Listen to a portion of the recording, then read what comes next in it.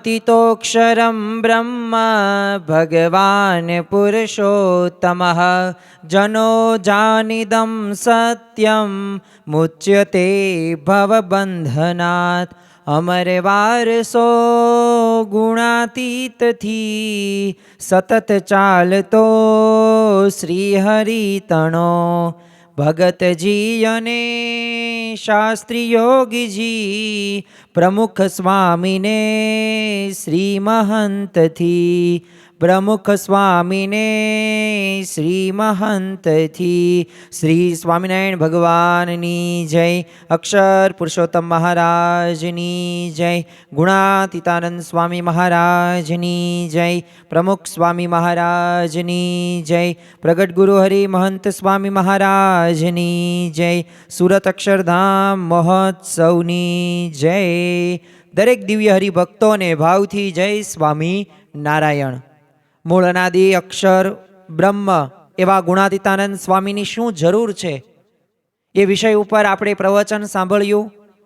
ત્યારબાદ ગુણાતીતાનંદ સ્વામી એ જ અક્ષર બ્રહ્મ પણ કેવી રીતે, તો શાસ્ત્રોક્ત રીતે અને એવા 25 પ્રસંગો અને શાસ્ત્રોક્ત વાતો જોઈ જેથી આપણને ચરિતાર્થ થયું આપણા જીવનની અંદર. જે આપણે અક્ષર પુરુષોત્તમ સિદ્ધાંતને વરેલા છીએ, જે BAPS સંસ્થા સાથે જોડાયેલા છીએ, તો આ સિદ્ધાંતની વાત આપણને સ્પષ્ટ ખ્યાલ આવી. પણ આજે આપણને એક નવો પ્રશ્ન એક થવો પડે ને આપણને થાય પણ છે. કારણ કે ઘણી બધી વખત આપણે સંપ્રદાયને સ્વીકારતા તો હોઈએ છીએ, પણ ઘણા બધા એવા પ્રશ્નો હોય છે કે જે પ્રશ્નોનું સમાધાન એ આપણા જીવનની અંદર જ્યાં સુધી ન થાય ત્યાં સુધી એ પ્રશ્ન એમનામ જ તે આપણા મનની અંદર ઘૂંટાયેલો રહે છે. એવો જ એક પ્રશ્ન એટલે કે મૂળ અનાદિ અક્ષર મૂર્તિ એવા ગુણાતીતાનંદ સ્વામી અક્ષર બ્રહ્મ તો છે એ તો અમને સ્પષ્ટ ખ્યાલ આવ્યો. એ ગુણાતીતાનંદ સ્વામીએ સ્વમુખે ઓળખાણ કરાવી, એ પરમહંસો સંતો ભક્તોએ પણ ઓળખાણ કરાવી, શ્રીજી મહારાજે પોતે પણ એ મૂળ અનાદિ અક્ષર મૂર્તિ ગુણાતીતાનંદ સ્વામીની ઓળખાણ કરાવી. અને એવા પ્રસંગો એવા શાસ્ત્રોક્ત વાતો અમને ખ્યાલ છે અને એને ખબર પણ પડી ગઈ. પરંતુ તો પછી એ ભગવાન જો સ્વામિનારાયણ ભગવાન છે તો એ સિંહાસન ઉપર બેસે તો બરોબર, એ તો ભગવાન છે. પણ આ સિંહાસનની અંદર અક્ષર બ્રહ્મ ગુણાતીતાનંદ સ્વામીને શા માટે પૂજવાની જરૂર છે? તો આ પ્રશ્ન આપણા મનની અંદર ઘણા બધા સમયથી થતો હશે. તો આજે આપણે એ પ્રશ્નનો જવાબ મેળવવાના છીએ. ટૂંકી વાત કરીશું પણ એક સ્પષ્ટ વાત કરશું અને સાથે સાથે પુરાવા સાથે પણ વાતો કરવાના છીએ. મનમાં આવે ને આપણે જવાબો દઈએ તો એ સાચા અને ખોટા પણ હોઈ શકે, પણ જ્યારે શાસ્ત્રોક્ત રીતે વાત કરવામાં આવે ત્યારે એ વાતની અંદર કંઈક તથ્ય હોય, કંઈક સત્યતા હોય, અને એ સત્યતા સ્વીકારવા માટે આપણે સૌ કોઈએ તત્પર પણ થવાનું છે. તો આમ તો મુમુક્ષુના કલ્યાણ માટે શ્રીજી મહારાજ કોઈક આજ્ઞા કરે તો એ પાળવી કે ન પાળવી આ એક પ્રશ્ન થાય. તો જો શ્રીજી મહારાજે મુક્તાનંદ સ્વામીને સંવંત 1868ની અંદર છે ને તવરાના મેળાની અંદર મોકલ્યા હતા અને હરિભક્તોને આજ્ઞા કરી હતી કે મને જે વસ્ત્ર અલંકાર ધારણ કરાવવાના છો ને એ તમે મુક્તાનંદ સ્વામીને ધારણ કરાવજો. તો જો એટલે શ્રી હરિલામૃતની અંદર એ લખ્યું છે કે બોલી બાઈઓ સૌ તે હટાણે કરો આપની ઈચ્છા પ્રમાણે. પછી પ્રભુએ લખાવીને પત્ર હરિભક્તોને મોકલ્યો તંત્ર. લખાવ્યું હરિએ પત્રમાય અમે તવરે નહીં જ અવાય. માટે અમને પૂજા જેવી રીતે મુક્તાનંદને પૂજજો પ્રીતે. તો જો અહીંયા શ્રીજી મહારાજ સ્પષ્ટ કહી દે છે કે જો અમારે તરવરાના મેળાની અંદર એટલે કે તરવરા ગામની અંદર અવાશે નહીં, પણ અમને જે રીતે પૂજો છો ને એવી જ રીતે મુક્તાનંદ સ્વામીને પૂજજો. તો જો મુક્તાનંદ સ્વામી તો સાધુતાની મૂર્તિ હતા, પણ છતાં જો મહારાજની આજ્ઞા એમને પાળી અને ખપ અને મુમુક્ષુતાવાળા એ આ સદગુરુ મુક્તાનંદ સ્વામી હતા. અને એમને જ તે આ શ્રીજી મહારાજ જ્યારે નીલકંઠ વર્ણી રૂપે વન વિચરણ કર્યું અને લોજની અંદર આવ્યા તો એ 5 અનાદિ તત્વની વાતનો જવાબ જે આપ્યો ને તો એ આ સદગુરુ મુક્તાનંદ સ્વામીએ જ આપ્યો હતો. તો ખરેખર પોતે બાળપણથી જ તે એવી ભક્તિ ભાવથી પ્રેમ લક્ષણા ભક્તિથી જોડાયેલા હતા અને સાથે સાથે એમને નક્કી કરી રાખેલું હતું કે મારે ભગવાનની પ્રાપ્તિ એ કરવી છે. તો એવી શુદ્ધ મુમુક્ષુતાવાળા સાધુતાવાળા સંત હતા. અને એવું નહીં, શ્રીજી મહારાજે 114 પ્રકરણો ચલાવ્યા તો એમાં 111 પ્રકરણો સંતો અને પરમહંસો માટે હતા. હવે એમાંથી એક પ્રકરણ એવું નહોતું ચલાવ્યું કે લીમડો વાટીને પીવાનું, પણ મુક્તાનંદ સ્વામી અગાઉથી પૂર્વ તૈયારી એમને શરૂ કરી દીધી. શા માટે? કોઈ કે ભક્તે સંતે કીધું કે આવું તો પ્રકરણ ચલાવ્યું નથી મહારાજે. ત્યારે આ સદગુરુ મુક્તાનંદ સ્વામીએ કહ્યું કે જો અત્યારે ભલે ન ચલાવું, પણ ભવિષ્યની અંદર જો મહારાજ એવું પ્રકરણ ચલાવે કે લીમડો વાટીને જ પીવાનું છે, અન્ન કે જળ કંઈ પીવાનું નથી, તો અત્યારથી હું આ પ્રેક્ટિસ કરું છું, જેથી હું ત્યારે ખબરદાર અને સારી રીતે પાલન કરી શકું. તો એ વ્રત કે નિયમ ધર્મનું પણ પાલનની કેટલી ઉત્કંઠા એ જો ખપ અને મુમુક્ષુતા હોય ને તો જ શક્ય છે. તો એવો જ એક પ્રસંગ આપણે બીજો જોઈએ. બોચાસણ મંદિરની તે પ્રતિષ્ઠા સમયે બન્યો હતો. એટલે આપણને સ્પષ્ટ ખ્યાલ આવે કે ખરેખર આપણે જે સિંહાસનની અંદર અક્ષર અને પુરુષોત્તમની એ જે આપણે મૂર્તિઓ જે આપણે પધરાવીએ છીએ, મંદિરોની અંદર હોય, ઘરની અંદર હોય કે મહાપૂજાની અંદર હોય, તો એ શા માટે આપણે અક્ષર સાથે પુરુષોત્તમ સાથે અક્ષર, તો એ વાતની આપણને સ્પષ્ટ ખ્યાલ હોવો જરૂરી છે. તો આપણને ખ્યાલ આવે. જો શાસ્ત્રીજી મહારાજે બોચાસણની અંદર મંદિર કર્યું તો યજ્ઞની અંદર જે મૂર્તિ હતી ને તો એ મંદિરે પ્રતિષ્ઠા માટે લઈ જવાની હતી. તો એ સમયે શ્રીજી મહારાજની મૂર્તિ તો ઉચકાઈ ગઈ, પણ ગુણાતીતાનંદ સ્વામીની મૂર્તિ ઉચકાતી નહોતી. આવું કંઈ મૂર્તિ કંઈ એટલા બધા 2-5 મણની કંઈ નહોતી કે મૂર્તિ ઉચકાઈ નહીં, પણ ન ઉચકાણી. તો જો આના ઉપરથી આપણને ખ્યાલ આવે. આપણે ચમત્કારોને બહુ માનીએ છીએ અને ચમત્કાર થાય એટલે તરત તે નમસ્કાર થઈ જાય છે. પણ જો આપણી ગુણાતીત ગુરુ પરંપરાએ ચમત્કારો પણ કરેલા છે અને આપણા જીવનમાં પણ ચમત્કારો દરરોજ થાય છે. નિયમ ધર્મયુક્ત આપણે જીવન જીવીએ છીએ, આપણામાંથી સ્વભાવ ઓછા થાય છે.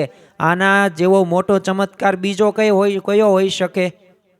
તમને કરોડો રૂપિયા મળી જાય પણ ઘરમાં શાંતિ ન હોય તો એ કરોડો રૂપિયા પણ શું કામના? પણ જો પ્રમુખ સ્વામી મહારાજે ચમત્કાર કરાવ્યો, મહંત સ્વામી મહારાજ અત્યારે ચમત્કાર કરી રહ્યા છે, અને આપણી ગુણાતીત ગુરુ પરંપરા એ પોતે ચમત્કાર કરી રહી હતી. પણ જો ચમત્કારને તે પ્રાધાન્ય આપતા હતા નહીં. પાછું એ પણ યાદ રાખવું, એવી સમજણ, એવી નિષ્ઠા, એવા નિયમ આપણને આજ્ઞા આપવામાં આવતી કે જેથી આપણા જીવનની અંદર આપણે પણ દરરોજ ચમત્કાર કરી શકીએ. તો ત્યારે આમ બોચાસણ મંદિરની તે જ્યારે મૂર્તિની જે પ્રતિષ્ઠા હતી તો એમાં જ તે ગુણાતીતાનંદ સ્વામીની એ મૂર્તિ ઉચકાતી નહોતી. હવે એ વખતે શાસ્ત્રીજી મહારાજ હવે પોતે ત્યાં પધારે છે અને પ્રાર્થના કરે છે કે હે ગુણાતીતાનંદ સ્વામી, આપના માટે જ અમે સુખી જીવનનો ત્યાગ કર્યો છે, અપમાન તિરસ્કારો સહન કર્યા છે, એટલે તમે ભગવાન સાથે વિરાજમાન થાવ એવી અમારી પ્રાર્થના છે. અને આપના મનની અંદર હશે કે હું તો દાસનો દાસ છું અને ભગવાનની સાથે સમાન આસન પર કેમ બેસું, તો એટલા માટે જ આપ બેસવા તૈયાર નહીં થતા હોય. પણ ગુરુરાજ તમે સાચા છો, પરંતુ મહારાજે આજ્ઞા કરી છે. અને ખરેખર શ્રીજી મહારાજ એ વરતાલના 5ની અંદર એ પોતે શ્રીજી મહારાજ પોતે કહે છે કે જેમ ભગવાનની માનસી પૂજા કરે ને એમ જ જે ઉત્તમ હરિભક્ત હોય તો એની પણ ભગવાનની પ્રસાદી એ કરીને ભગવાન ભેળી માનસી પૂજા કરે. અને જેમ ભગવાનને અર્થે થાળ કરે તો એમ જ ઉત્તમ જે ભગવાનના ભક્ત હોય તો એને અર્થે પણ થાળ કરીને એને જમાડે. અને જેમ ભગવાનને અર્થે એ 5 રૂપિયાનું ખર્ચ કરે તો એમ જ તે મોટા સંતને અર્થે પણ ખર્ચ કરે. તો એવી રીતે ભગવાન ને ઉત્તમ લક્ષણવાળા જે સંત એની અતિ પ્રેમે કરીને સરખી સેવા જે કરે તો કનિષ્ઠ ભક્ત હોય ને 2 જન્મે 4 જન્મે 10 જન્મે કે 100 જન્મે એ ઉત્તમ ભક્ત જેવો થનારો હોય તો આને આ જ જન્મે ઉત્તમ ભક્ત થઈ જાય. અને એવું ભગવાનને ભગવાનના ભક્ત એની સરખી સેવા કર્યાનું ફળ છે. તો આપણે મહંત સ્વામી મહારાજને જે માનસી પૂજા કરીએ છીએ, ભગવાનની એ પ્રસાદી આપણે ધરાવીએ છીએ, તો આપણે એમના અર્થે મન કર્મ વચને જોડાઈએ છીએ તો જેટલી આપણે સંતની સેવા કરીએ ને એટલી જ તે ભગવાનની સેવા કરીએ છીએ. કારણ કે સંત તે સ્વયં હરિ, એટલે સંત જ છે એ શ્રી હરિ છે. શ્રીજી મહારાજ એમાં સાંગો પાંગ વિરાજમાન છે, અખંડ ભગવાનના ધારક છે. તો જો આવી સમજણ આપણા જીવનની અંદર દ્રઢ થઈ જાય તો ચાલે છે અક્ષર, બોલે છે અક્ષર, ખાય છે અક્ષર. જેવો બ્રહ્મ સ્વરૂપ ભગતજી મહારાજને જે રીતે સમજણ આવી ગઈ હતી ને બીજાને જે રીતે પ્રચાર કરતા હતા એવી સમજણ આપણા જીવનની અંદર પણ એ આવી જાય. અને જો આ શાસ્ત્રીજી મહારાજનું એ વચન પોતે આ સાંભળે છે ગુણાતીતાનંદ સ્વામી, અને ત્યારે એ વચન સફળ થશે ને સિંહાસનની ઉપર એ પછી તો બેસી ગયા અને તરત તે પછી મૂર્તિ રહી ઉચકાઈ ગઈ અને મંદિરની અંદર પ્રતિષ્ઠિત પણ થઈ ગઈ. તો જો આપણે પણ ત્યાં રોજ સંધ્યા આરતી અષ્ટક બાદ એ પ્રાર્થના આપણે શું બોલીએ છીએ? નિર્વિકલ્પ ઉત્તમ હતી નિશ્ચય તવ ઘનશ્યામ. અને આ પ્રાર્થના પ્રેમાનંદ સ્વામીએ લખીશ. અને મહારાજ ધામમાં ગયા પછીથી દરેક મંદિરની અંદર અરે છેલ્લા 200 વર્ષથી તમામ લોકો આ પ્રાર્થના બોલે છે. તો જો આ ઉત્તમ નિર્વિકલ્પ નિશ્ચયની વાત એ પ્રેમાનંદ સ્વામીએ એ આ પ્રાર્થનાની અંદર પણ લખેલી, સાથે એવા 3 કીર્તનો પણ આપણને મળી આવે છે કે જેમાં પ્રેમાનંદ સ્વામી આ નિર્વિકલ્પ ઉત્તમ અતિ નિશ્ચય તવ ઘનશ્યામ, એટલે કે નિર્વિકલ્પ ઉત્તમ અતિ એવો નિશ્ચય થાય ને તમારો એ વર માગું છું, આવું એક કીર્તન છે. બીજું પણ એક છે નિર્વિકલ્પ અતિ ઉત્તમ હોય તવ સ્વરૂપ કર નિશ્ચય સોય. ત્રીજું એક કીર્તન એવું પણ છે કે વાલા સર્વ નિશ્ચય થકી ઉત્તમ નિર્વિકલ્પ નાથ રે, વાલા નિશ્ચય તમારા સ્વરૂપનો આપો રાખીને સાથ રે. તો આવા 3 કીર્તનો અંદરથી આપણને આ ઉત્તમ નિર્વિકલ્પ નિશ્ચયની વાત એ જાણવા મળે છે. એટલે ખરેખર જ્યારે આ પ્રસંગો જોતા આપણને ખ્યાલ આવે, તમે વિચાર કરો કે વડતાલ સંસ્થાથી અલગ થયા બ્રહ્મ સ્વરૂપ શાસ્ત્રીજી મહારાજ અને બોચાસણની અંદર એમને પ્રથમ મંદિરનું એ પોતે પ્રતિષ્ઠિત કર્યા અક્ષર પુરુષોત્તમ મહારાજ. તો ત્યારે પણ આવી રીતે એક ચમત્કાર થયો, પણ જો ત્યારે આપણને ખ્યાલ આવે કે કેમ એ સિંહાસન ઉપર બેસાડવીને પૂજવામાં આવે છે મૂળ અનાદિ અક્ષર મૂર્તિ ગુણાતીતાનંદ સ્વામીને. કારણ કે એમના અખંડ ભગવાનના ધારક સંત છે. અને એ જ પરંપરા આપણને વર્તમાન કાળે પણ મહંત સ્વામી મહારાજ રૂપે મળી છે. ખરેખર જ્યારે આવા પ્રસંગો જોઈએ અને આવી જ્યારે વાતો સાંભળીએ ત્યારે આપણને ખ્યાલ આવે કે આપણે કંઈક વિધિ કે કંઈક કર્યું છે ને એના પાછળનું કંઈક કારણ છે, અને એમનામ કંઈ મનની અંદર આવ્યું અને કરી નાખ્યું એવું નથી. એટલે પહેલાં તો આપણા જીવનની અંદર આપણા મનની અંદર આ સમજણ હોવી જરૂરી છે. સદગુરુ નિત્યાનંદ સ્વામી હતા તો એ પણ પોતે લખે છે તદુપશ્ય સુનિશ્ચયો મનસી મેં સર્વોત્તમ સ્વાત સદા. પણ જો ઉત્તમ નિર્વિકલ્પ નિશ્ચય છે શું, આ પ્રશ્ન આપણને થવો પડે. હવે આપણને ખ્યાલ તો આવે કારણ કે અહીંયા નિત્યાનંદ સ્વામીએ તે સર્વોત્તમ કહ્યો છે.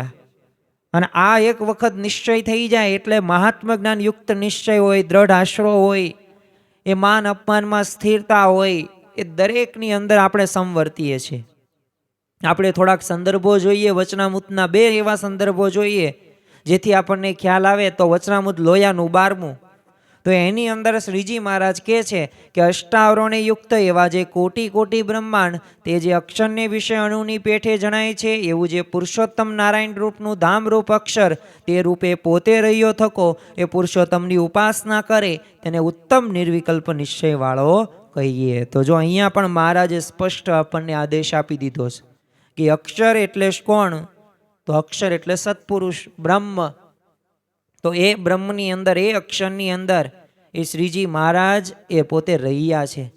એટલે જો એમનું ધામ કોને કીધું છે? અક્ષરને કીધું છે. ને એ અક્ષરને માં જોડાવાની વાત આપણને શા માટે કરવામાં આવે છે? કારણ કે એ આપણને સત્પુરુષ શ્ર્યાને એ જ તે પરબ્રહ્મ પુરુષોત્તમ સ્વામિનારાયણ ભગવાન પાસે લઈ જશે.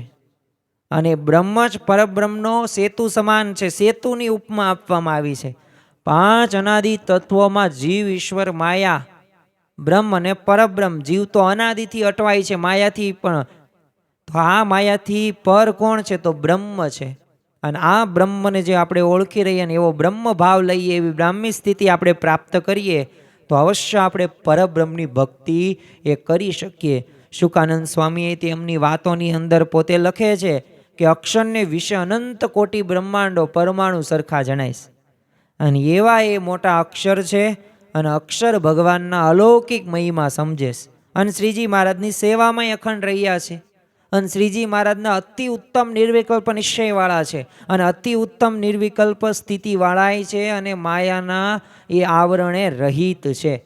આપણે એક જ તે વર્તમાન મૂળ અનાદિ અક્ષર મૂર્તિ ગુણાતીતાનંદ સ્વામીનું જોઈએ, બે આપણે જોઈએ વર્તમાનો. બીજા બધા વર્તમાનોમાં તો દ્રઢ જ છે. ભાગવત કયો તમે, શ્રીમદ ભગવદ્ ગીતા કહો કે શાસ્ત્રો કયો, એમાં જે સાચા સંતના લક્ષણો આપ્યા છે એ આપણને સ્પષ્ટ દેખાઈ આવે છે. પણ તમે નિસ્વાદી વર્તમાન જુઓ તો શ્રીજી મહારાજ તમે જુઓ કે એમને કઈ રીતે નિશ્ચય કર્યો, કેવી સ્થિતિને એવો પ્રાપ્ત કર્યા હતા ગુણાતીતાનંદ સ્વામી. તો જો એવી ભક્તિ ભજન કરતા હતા તો નાનામાં નાની ટેલની સેવા એ મૂળ અનાદિ અક્ષર મૂર્તિ ગુણાતીતાનંદ સ્વામી કરતા. વિચાર કરો કે જે મહંત હોય, જેમની પાસે સત્તા હોય, આવડત હોય, પૈસા હોય, ધન હોય, તો એ તો પોતે ધારે કરી શકે, પણ જો ગુણાતીતાનંદ સ્વામીએ પોતે નાનામાં નાની સેવા કરી છે. અરે સફાઈની કામ ગુણાતીતાનંદ સ્વામી કરતા. તમે જો બ્રહ્મ સ્વરૂપ પ્રમુખ સ્વામી મહારાજ એ પણ પોતે કેવું નિર્માની આ વર્તમાન પાળે છે દ્રઢ. ભાવ પ્રમુખ વર્ણી તરીકે એમની એ વર્ણી કરવામાં આવેલી હતી 1951ની અંદર. પણ જો તમે વિચાર કરો કે પોતે એઠી દાંતણની ચીરીઓ પોતે એ લે છે, એટલે કે એવી સેવા કરે છે. મહંત સ્વામી મહારાજ પણ તમે જુઓ, ગુણાતીત ગુરુ પરંપરાના દરેક જ્યારે જીવન પ્રસંગો જોઈએ ને ત્યારે આપણને ખ્યાલ આવે કે નિર્માની વર્તમાન દ્રઢપણે મનાય છે.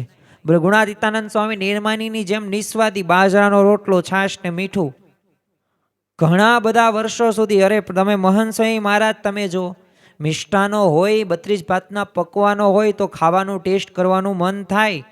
પરંતુ આ ગુણાતીત ગુરુ પરંપરાની આ વિશેષતા છે, પંચ વર્તમાનોની, સાધુઓના, ત્યાગીઓના પંચ વર્તમાનમાં અતિ દ્રઢ છે અને એ આપણને એમના પ્રસંગો દ્વારા ખ્યાલ આવે છે. તો જો એટલે ઉત્તમ નિર્વિકલ્પ સ્થિતિવાળા છે ને પાછા નિશ્ચયવાળા છે. નિશ્ચયની અગત્યની વાત છે, કારણ કે શ્રીજી મહારાજે વચનામૃતની અંદર ખરા ભક્તના 3 લક્ષણો કયા છે: નિયમ, નિશ્ચય અને પક્ષ. નિશ્ચય એટલે પાકો, લીંબોળી એટલે લીંબોળી, પછી એમાં કાંઈ આંબો કે કેરી કે એવું કંઈ નાખવાનું નહીં. એટલો નિશ્ચય પાકો હોવો જોઈએ. મહાત્મા જ્ઞાનયુક્ત નિશ્ચય હોય તો ભગવાનને સંતને અર્થે શું ન થાય. લોયાનું 12મું વચનામૃતની અંદર ચેતન્યાનંદ સ્વામી એ પોતે પૂછે છે કે આ કનિષ્ઠ નિશ્ચય હોય અને ઉત્તમ નિર્વિકલ્પ નિશ્ચય કઈ રીતે થાય, આમ કનિષ્ઠ ને ઉત્તમ કઈ રીતે થાય? અને ત્યારે શ્રીજી મહારાજે વાત કરેલી કે જો શ્રોતાને ઉત્કૃષ્ટ શ્રદ્ધા ઉપજે અને રૂડા દેશાધિક પ્રાપ્ત થાય અને ઉત્કૃષ્ટ જ્ઞાનવાળો વક્તા મળે તો સર્વોત્કૃષ્ટ નિશ્ચય થાય, નહીં તો જન્માંતરે કરીને ઉત્કૃષ્ટ નિશ્ચયને તો પામે જ છે.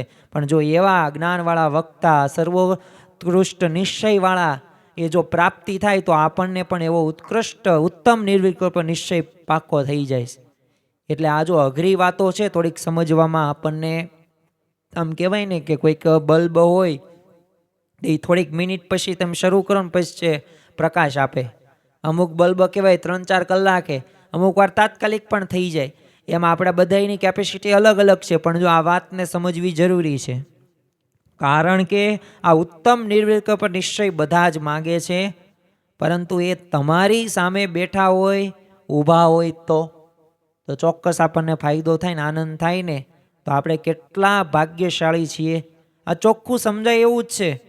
આમાં કંઈ ત્યાં આપણે મીઠું મરચું કંઈ ભભરાવતા નથી કે એટલે ગુણાતીતાનંદ સ્વામીની બાજુમાં બેસાડીએ છીએ અને જેવી શ્રીજી મહારાજની આપણે ભક્તિ કરીએ છીએ, સેવા કરીએ છીએ, એવી જ સેવા આપણે અક્ષરબ્રહ્મ ગુણાતીતાનંદ સ્વામીની પણ કરીએ છીએ. તો આપણા જીવનની અંદર આ દ્રઢ સમજણ સાથે આપણે આગળ વધવાનું છે. અને આવી સમજણો, આ ઉપાસનાની વાત છે. અને અક્ષરધામમાં જવા માટેની 2 પાંખો, આજ્ઞા અને ઉપાસના. આજ્ઞા અને ઉપાસનાની 2 પાંખો લઈને એ આપણા જીવનની અંદર એ આગળ વધી. આંખો કઈ રીતે? કારણ કે જોવાનું છે એવી રીતે. અને પાંખો એટલે શું? તો ઉડવાનું છે અક્ષરધામમાં જવા માટે.